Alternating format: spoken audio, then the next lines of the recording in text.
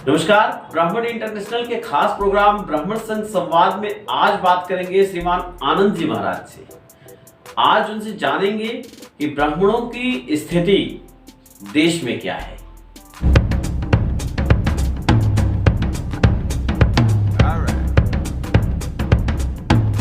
हमारे कार्यक्रम में स्वागत है आपका।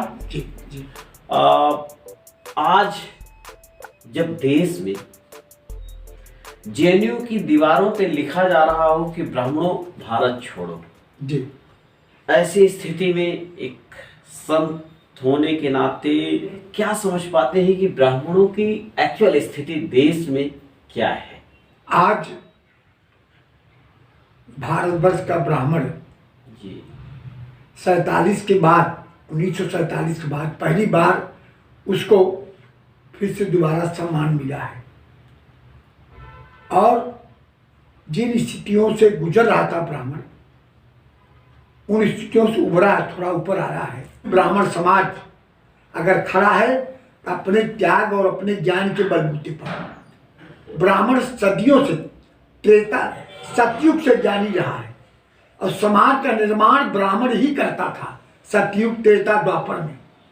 लेकिन इस कलयुग में जब से भारतवर्ष में 5000 साल हिंदू गुलाम रहा, द्वापर बाद 5000 साल, और 5000 सालों में शकों ने, यवनों ने, हुड़ों ने, खिलजियों ने, मुगलों ने, अंग्रेजों ने हमको जितना मिटाना कोशिश किया, मिटाने का प्रयास किया, लेकिन न यहाँ का ब्राह्मण मिटा, न यहाँ के ज्ञानी समाज मिटा और न ब्राह्मणों का सम्मान भारतवर्ष से गया।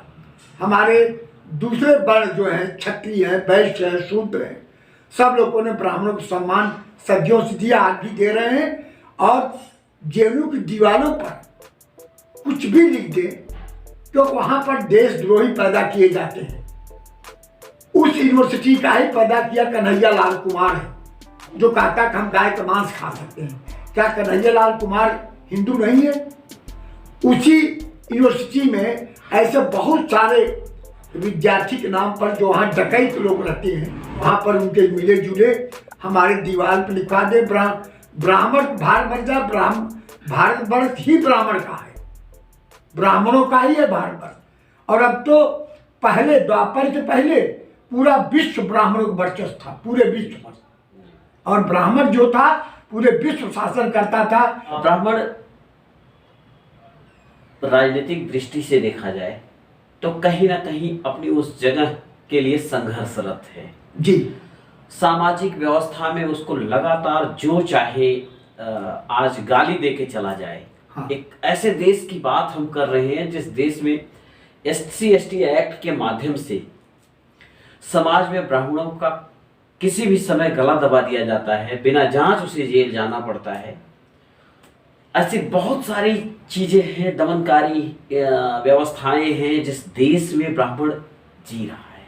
सरकार के सपोर्ट के बिना अपने आप को बचाए रखा है, अपने अस्तित्व के लिए संघर्षरत है। ऐसे में वो कौन सी चीजें संजीवनी देती हैं ब्राह्मणों को, उस पर आप क्या सोच पाते हैं? भारतवर्ष में जो ब्राह्मण समाज है जी, उसको जब से द्वापर समाप्त हुआ है तब से उसका अपमान और शोषित किया जा रहा है। इसमें बहुत सारे कानून ऐसे बनाए गए, ब्राह्मणों को समाप्त करने के लिए अंग्रेजों ने 1863 में हमारे मंदिरों का ग्रहण किया था और 1947 देश आज़ाद हुआ तो नेहरू ने 29 नए कानून बना दिया सिर्फ ब्राह्मणों को दमन के लिए। समाजवादी व्यवस्था भी जो की गई, समाजवादी पार्टी जो स्थापना हुई सिर्फ ब्राह्मणों को दमन के लिए। लेकिन आज भी ब्राह्मण पूरे भारतवर्ष की सत्ता पर आरूढ़ है, सब जगह बैठा हुआ है और भारतवर्ष के 60% IAS IPS आज भी ब्राह्मण समाज है। इनको दबाना इतना आसान काम नहीं है। ये आजाद, इनके लिए जो हमारे देश के जो लोग हैं जो दबाने की कोशिश किया, उनका दिन आ गया है, अब वो दबेंगे और ब्राह्मण समाज सर्वोपरि था, सर्वोपरि रहेगा और विश्व का ब्राह्मण ही गुरु बनेगा और विश्व का मार्गदर्शन करेगा।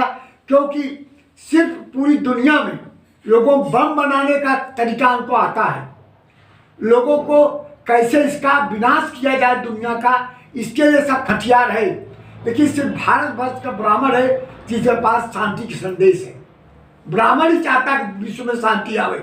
हमारे गीता में एक श्लोक लिखा है 18वें अध्याय का, सर्वधर्मान्य परत्यज मामेकम शरणं व्रज अहम तुम सर्व पापेभ्यो मोक्षयिष्यामि मा शुचः।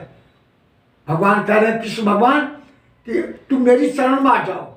तो शरण कौन आएगा? आज शरण में ब्राह्मण है, भगवान शरण में ब्राह्मण है। छोटी पूजा करे, कम पूजा करे, 1 मिनट पूजा करे, भगवान का स्मरण खाली ब्राह्मण कर रहा है, इसलिए ब्राह्मण विश्व गुरु बनेगा। इसको किसी सब पूरी दुनिया नाकाम होगी, और जो ब्राह्मणों को विरोध करते हैं उनका क्षय नाश होगा, विनाश होगा। हम लोगों को पूरे देश के जो ब्राह्मण समाज है उसके लिए स्थापना हो रही है। हम चाह रहे हैं कि पूरे देश में जितने गरीब ब्राह्मण हैं उनकी शिक्षा का, उनका रहन सहन की, उनकी व्यवस्था हमारा ब्राह्मण समाज करे, सरकार करे, और सरकार से हम लेने वाले हैं।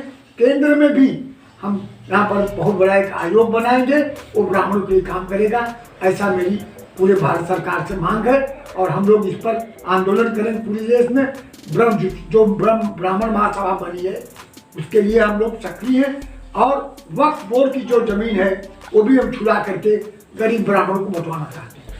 आपने कार्यक्रम में हिस्सा लिया, आपका बहुत धन्यवाद। ऐसे ही किसी दूसरी शख्सियत के साथ आपकी भेंट करवाएंगे, उनसे भी जानेंगे वो आपके हित के लिए क्या कर रही है, क्या सोच रही है। बने रहिए, बहुत ध्यान से रहिए। धन्यवाद।